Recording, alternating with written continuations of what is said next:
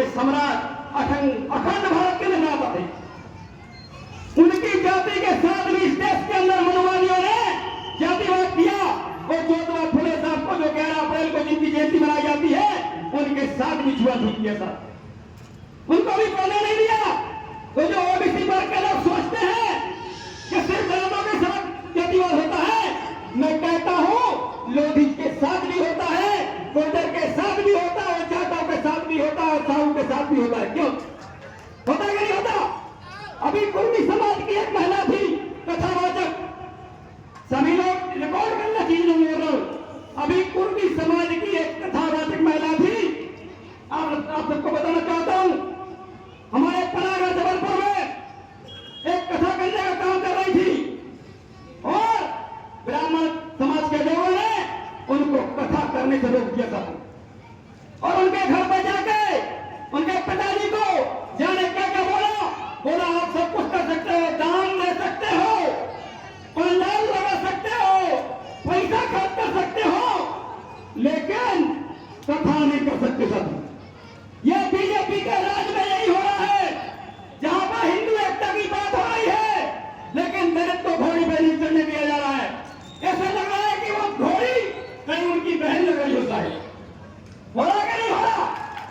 लेकिन किसी को कोई पता नहीं चलता। क्यों? उनको लगता है होने दो। अरे साथियों क्यों होने दो? जब बाबा साहब भीमराव अम्बेडकर ने संविधान लिख दिया और आपके हाथ में सौंप दिया और अगर ऐसी कोई चीज हो रही है तो हमको डट के मुकाबला करना पड़ेगा। साथी करना पड़ेगा, नहीं करना पड़ेगा? हम ओबीसी महासभा के लोग जाते हैं, खुद घोड़ी में बैठा के उनको आगे ले जाते हैं। साथियों हम वो काम करते हैं।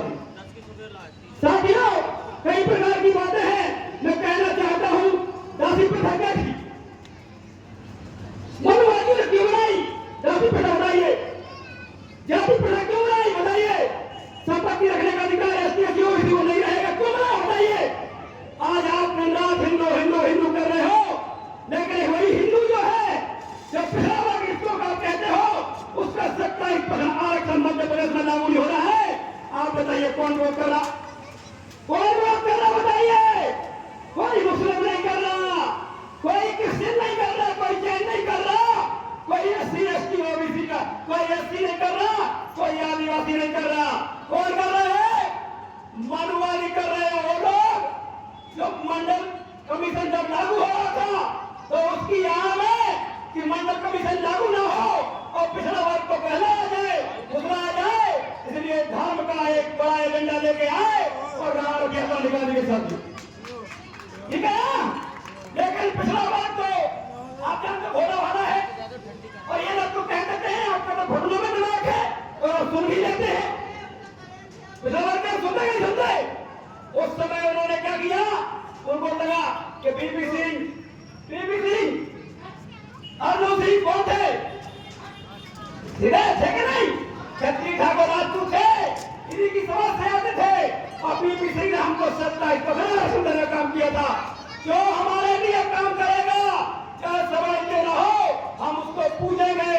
आज सवाल लोग जो राजपूत समाज के लोग बीपी सिंह को नहीं पूछते, लेकिन हम एसटी एससी ओबीसी के नाम लोग उनका नाम लेते हैं, उनकी जयंती भी बनाने का काम करते हैं।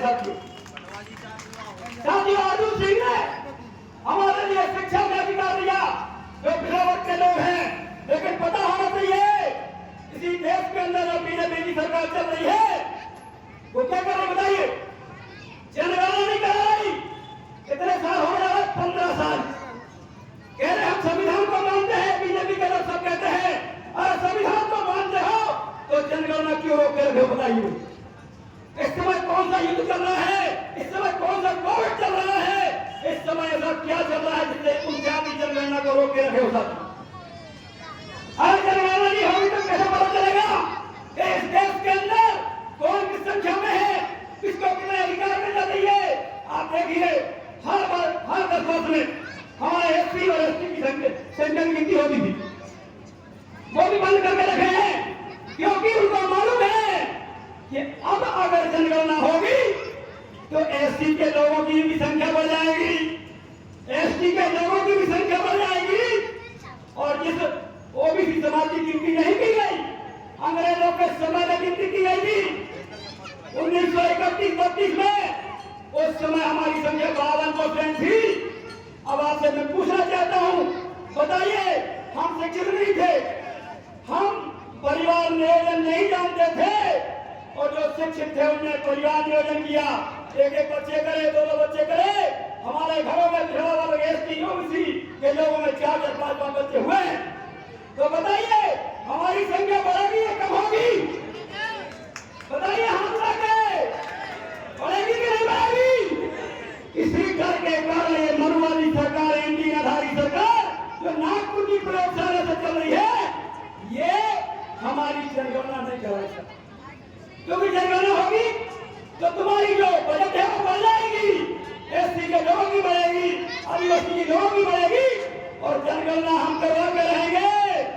कोई भी सरकार बैठ जाए, मोदी जी हो चाहे योगी जी हो, क्योंकि पिछड़ा वर्ग अब जाग रहा है, अब जय भीम के नारे के साथ आगे बढ़ रहा है साथियों। क्यों? आप बताइए, हम पिछड़ा वर्ग के लोग मध्य प्रदेश में 51.9% है, हमको आरक्षण दे रहे 14%, और हमको कह रहे हिंदू मुस्लिम, हिंदू मुस्लिम। कभी वक्त का मुद्दा, कभी ये मुद्दा, कभी वो मुद्दा, कभी राण का मुद्दा, कभी औरंगजेब का मुद्दा, ये सारे मुद्दे सिर्फ और सिर्फ पिछड़ा वर्ग को अधिकार ना मिले, जाति जनगणना ना हो, इसीलिए ये मुद्दे लाए जाते हैं। इनका कोई मतलब अब नहीं है, क्योंकि आज जरूरत है